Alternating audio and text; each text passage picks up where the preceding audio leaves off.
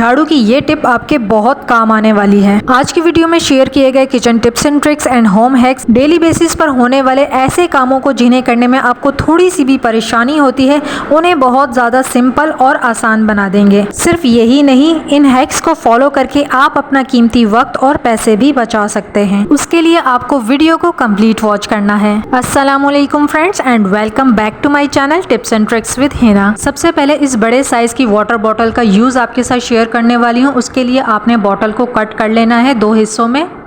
Scissor से बहुत ही आराम से ये कट हो जाएगी। 2 हिस्सों में कट करने के बाद आपने एक कील लेनी है, उसको गर्म कर लेना है और कील से आपने सुराख कर देने हैं। एक हिस्से के ऊपर आपने 4 सुराख करने हैं, जैसा कि यह आप देख रहे हैं, और दूसरे हिस्से के ऊपर भी आपने 4 सुराख कर देने हैं। उसके बाद आपने डोरियां लेनी है सेम साइज़ की।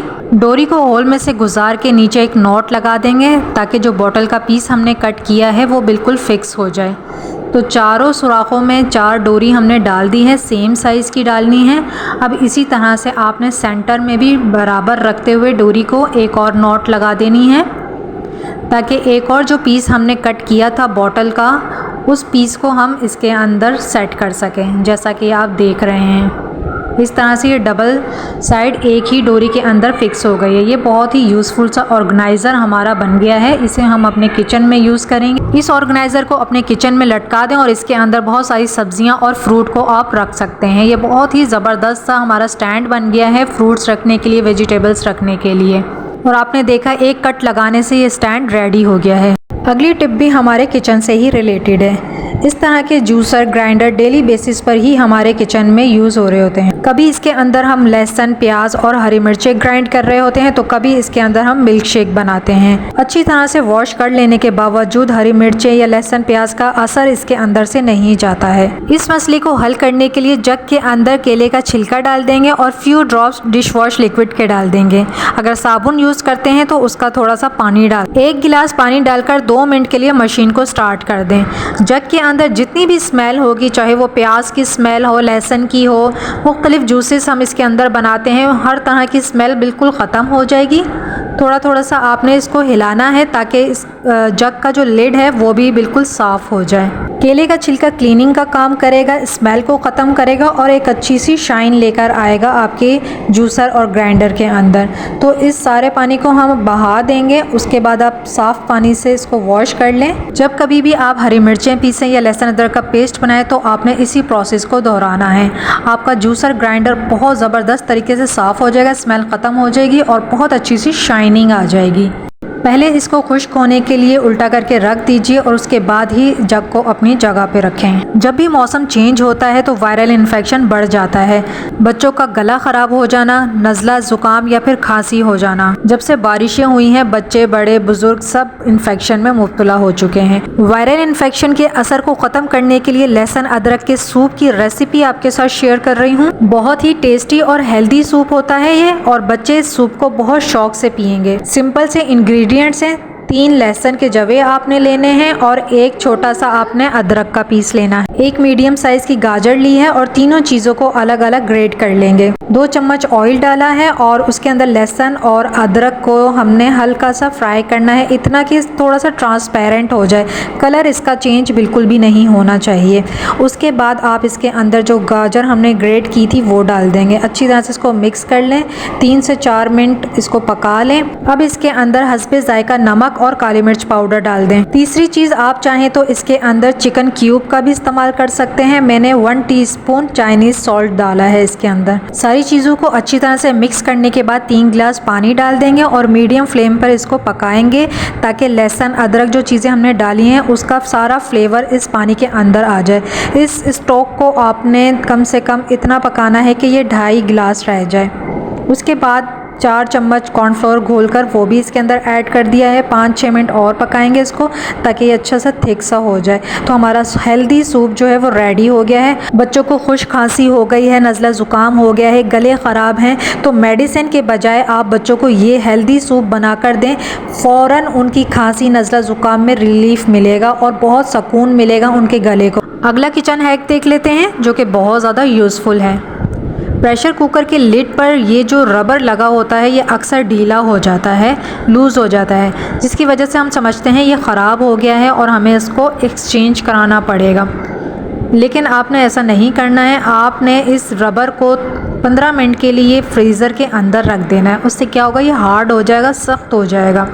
और जब आप इसको लिड पर लगाएंगे ना तो आप देखेंगे ये बहुत अच्छे से फिक्स हो जाएगा, लिड पर लूज़ नहीं लगेगा। तो आपकी ये जो प्रॉब्लम है ना ये ख़त्म हो जाएगी, फिर आप इसको आसानी से यूज़ कर सकते हैं। अगली टिप देख लेते हैं जो कि बहुत ज़्यादा यूज़फुल है, बहुत ज़्यादा इम्पॉर्टेंट है। हर घर का ही तकरीबन ये मसला है। जब भी हम न्यू झाड़ू लेकर आते हैं ना तो क्या होता है कि इसके तिनके निकलते रहते हैं, इतना ज़्यादा ये लूज़ होता है।